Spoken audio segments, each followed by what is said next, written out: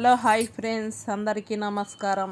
ఈరోజు వీడియో వచ్చేసి పన్నీర్ కర్రీ, అలాగే చపాతీలోకైనా కానీ, పొరోటాలోకైనా, జొన్న రొట్టెలకైనా కానీ, వేడివేడి అన్నంలోకైనా కానీ చాలా మంచిగా ఉంటుంది. ఈ విధంగా చేసుకుంటే గన పన్నీర్ కర్రీ చపాతీ చేసాము. ఇప్పుడు వీడియోలోకి వెళ్ళిపోదాం. ఈ విధంగా నేను పన్నీర్ అనేది కట్ చేసుకుంటున్నాను అన్నమాట. ఈ విధంగా కట్ చేసుకున్న తర్వాత మనకు చిన్న చిన్న ముక్కలుగా అనేది కట్ చేసి పక్కకు అనేది పెట్టేసుకోవాలి. ఈ విధంగా చపాతీతో పాటు పన్నీర్ కర్రీ తినడం ఎంతమందికి ఇష్టమో కామెంట్ బాక్స్లో కామెంట్ పెట్టండి. ఈ విధంగా చిన్న ముక్కలు అనేది కట్ చేసుకున్నాను. అలాగే ఒక స్టీల్ గిన్నెలోకి వేసేసుకొని పన్నీర్ ముక్కలు అనేది ఫస్ట్ ఉప్పు వేసిన తర్వాత ఈ విధంగా ఉప్పు పన్నీర్ ముక్కలు కలిసేటట్టు ఈ విధంగా ఎగరేసుకుంటూ కలిపేసుకోవాలన్నమాట. అలాగే కొంచెం కారం అనేది వేస్తున్నాను. అలాగే కొంచెం పసుపు, అలాగే కొంచెం ధనియాల పౌడర్ కూడా వేసేసుకోవాలి. ధనియాల పౌడర్ కూడా వేసిన తర్వాత కొంచెం గరం మసాలా కూడా వేసేసి ఈ విధంగా పన్నీర్ ముక్కలు అనేది కలిపేసుకోవాలన్నమాట.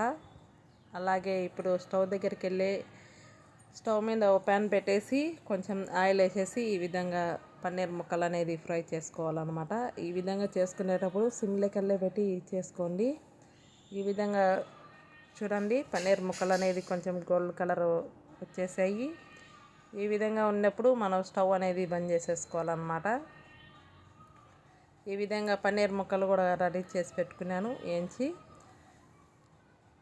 ఈ విధంగా చేసుకున్న తర్వాత మనం ఒక 4-5 టమాటాలు, చెక్క, లవంగ, ఇలాచి, అలాగే కొంచెం బిర్యానీ ఆకు, ఆవాలు, జీలకర్ర ఈ విధంగా లైట్గా వేయించి పెట్టుకోవాలన్నమాట. ఒక స్పూన్ ఆయిల్ వేసేసి ఈ విధంగా లైట్గా వేయించి పెట్టేసుకున్నాను. ఇవి అన్నీ వేయించుకున్న తర్వాత చల్లారిన తర్వాత మిక్సీ అనేది పట్టుకోవాలన్నమాట. ఇప్పుడు ఇవన్నీ చల్లారిన తర్వాతనే మిక్సీ పట్టుకోవాలి. బాగా మెత్తగా పట్టేసుకొని పన్నీర్ కర్రీలో వేసుకొని చేసుకుంటే కనుక సూపర్గా ఉంటుంది అన్నమాట టేస్ట్ అనేది. ఈ విధంగా మంచిగా చల్లారిపోయిన తర్వాత మిక్సీ జార్లోకి అనేది వేసేస్తున్నాను అన్నమాట. చూడండి, ఈ విధంగా మిక్సీ జార్లోకి వేసేసుకొని మెత్తగా అనేది పట్టేసుకోవాలి. దాంతోపాటు మనం కొంచెం లైట్గా వేయించుకున్నాం కాబట్టి టమాటా ముక్కలు, ఉల్లిపాయ ముక్కలు, చెక్క, లవంగా అన్నీ మొత్తం అంతా మెత్తగా అనేది మెరిగిపోతాయి. ఈ విధంగా మెత్తగా అనేది పట్టేసుకోవాలి. ఇప్పుడు స్టవ్ దగ్గరికి వెళ్ళేసి స్టవ్ మీద ఒక ప్యాన్ పెట్టేసి కొంచెం ఆయిల్ వేసేసిన తర్వాత ఈ విధంగా మనం మసాలా పట్టుకొని పోయింది ఈ విధంగా వేసేసుకొని మంచిగా ఉడకని చేయాలన్నమాట.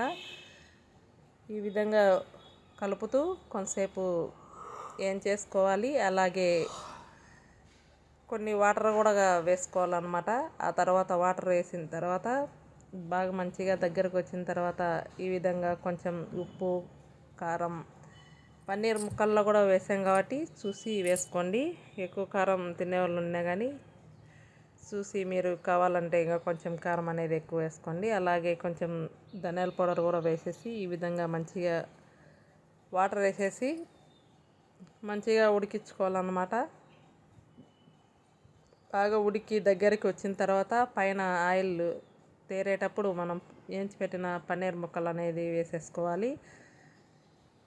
ఈ విధంగా పన్నీర్ ముక్కలు వేసిన తర్వాత ఈ విధంగా కలుపుతూ కొంతసేపు ఉడకనియాలన్నమాట. ఈ విధంగా ఉడకనిస్తే గన టేస్ట్ అనేది అదిరిపోతుంది. మీరు కూడా ఈ విధంగా చేసుకొని తిని ఎలా ఉందో కామెంట్ బాక్స్లో కామెంట్ పెట్టండి. అలాగే సన్నగా తరిగి పెట్టిన కొత్తిమీర కూడా వేసేస్తున్నాను. ఈ విధంగా ఫస్ట్ అనేది పన్నీర్ కర్రీ అనేది రెడీ అయిపోయింది. చూడండి, మంచిగా మనకు దగ్గరకు అనేది వచ్చేసి బాగా జ్యూసీగా చాలా మంచిగా వచ్చేసిందనమాట పన్నీర్ కర్రీ అనేది. ఈ విధంగా పన్నీర్ కర్రీ రెడీ అయిపోయిన తర్వాత ఇప్పుడు చపాతీ పిండి అనేది పిసికి పెట్టుకున్నాను. ఈ విధంగా మెత్తగా చపాతీ పిండి ఎంత స్మూత్గా మనం కలిపి పెట్టుకుంటే అంత మంచిగా వచ్చేస్తుంది అన్నమాట. ఈ విధంగా నేను చపాతీ పిండి తీసుకొని ఈ విధంగా రుద్దేసుకుంటున్నాను. ఆయిల్ మనం పిండి వేయకుండా ఆయిల్తోనే ఈ విధంగా చపాతీ కానీ పూరీ కానీ చేసుకోవడం వల్ల మనకు ఆయిల్ కూడా ఖరాబ్ కాకుండా ఉంటుంది, మంచిగా వచ్చేస్తాయి అన్నమాట. ఈ విధంగా కొంచెం ఆయిల్ వేసేసి ఈ విధంగా ఫోల్డ్ చేసేసిన తర్వాత మళ్ళీ చపాతీ అనేది రుద్దేస్తున్నాను. ఈ విధంగా చపాతీలన్నీ రుద్దేసి పెట్టుకున్నాను అన్నమాట. ఇప్పుడు రుద్దేసిన తర్వాత ఇప్పుడు స్టవ్ దగ్గరికి అనేది వెళ్దాం. ఇప్పుడు స్టవ్ మీద చపాతీ పెనం పెట్టేసి అలాగే బాగా మంచిగా వేడైన తర్వాత ఈ విధంగా మనం వేళ్ళతోనే ఫస్ట్ ఒకసారి మంచిగా కాలిన తర్వాత రెండో సైడ్ అనేది తిప్పేసుకోవాలి.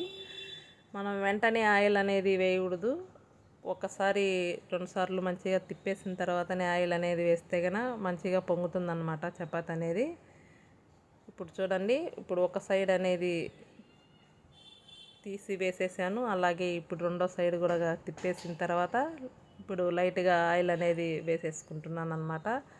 ఆయిల్ అవసరం లేని వాళ్ళైనా కానీ మామూలుగా అయినా కాల్చేసుకోవచ్చు. ఈ విధంగా నేను ఆయిల్ వేసి చపాతీ అనేది ఈ విధంగా తిప్పుతూ ఉండాలి. తిప్పుతూ ఉండడం వల్ల మనకు రౌండ్గా అనేది చపాతీ అనేది కాలుతుందన్నమాట. చూడండి, అన్ని వైపులా ఒకటేసారి కాలుతుంది. అలాగే ఇప్పుడు వేసేసి మనం ఆయిల్ అట్లే పెట్టేసామనుకో ఒక సైడే కాలుతుంది, మంచిగా మాడుతుంది అన్నమాట. ఈ విధంగా తిప్పడం వల్ల మనకు దూరగా అనేది కాలుతుంది. ఈ విధంగా చపాతీ కాల్చుకునేటప్పుడైనా కానీ సిమ్లే కల్లే పెట్టి కాల్చుకుంటే కనుక చపాతీ అనేది మనకు పర్ఫెక్ట్గా కాలుతుంది, తినేదానికి కూడా చాలా స్మూత్గా ఉంటుందన్నమాట. ఈ విధంగా చపాతీ అనేది రౌండ్గా తిప్పేస్తూ ఈ విధంగా కాల్చేసుకున్నాను అన్నమాట. ఇప్పుడు ఆ తర్వాత వచ్చేసి చూడండి, చపాతీ అనేది మనం ఏ విధంగా ఫోల్డ్ చేస్తుంటే అదే విధంగానే మెత్తగా అనేది మనకు ఫోల్డ్ అవుతుంది. ఈ విధంగా స్మూత్గా అనేది వచ్చేస్తుంది అన్నమాట. చపాతీ పిండి ఒక 15-20 నిమిషాలు కలిపి పక్కకు పెట్టేసుకున్న తర్వాత ఈ విధంగా చేసుకుంటే గన ఇప్పుడు చపాతీలోకి పన్నీర్ కర్రీ వేసేసుకుంటున్నాను. ఈ విధంగా మీరు కూడా చేసుకొని తిని ఎలా ఉందో కామెంట్ బాక్స్లో తప్పకుండా కామెంట్ పెట్టండి. నా ఛానల్ను సబ్స్క్రైబ్ చేసుకున్న వాళ్ళు నా కొత్తగా చూసే వాళ్ళైనా కానీ సబ్స్క్రైబ్ చేసుకొని బెల్ ఐకాన్ నొక్కితే కనుక నేను పెట్టిన వీడియోస్ అనేది మీకు కంటిన్యూగా వస్తూ ఉంటాయి. వీడియో చూసే ముందు ఒక చిన్న లైక్ అయితే కొట్టండి. మీరు లైక్ కొట్టడం వల్ల మరికొందరికి నా వీడియోస్ అనేది వెళ్తాయి. మరొక మంచి వీడియోతో మీ ముందుకు వస్తూనే ఉంటాను. ఇలా మంచిగా నన్ను సపోర్ట్ చేస్తూనే ఉండాలి. Thank you for watching. Bye అండి.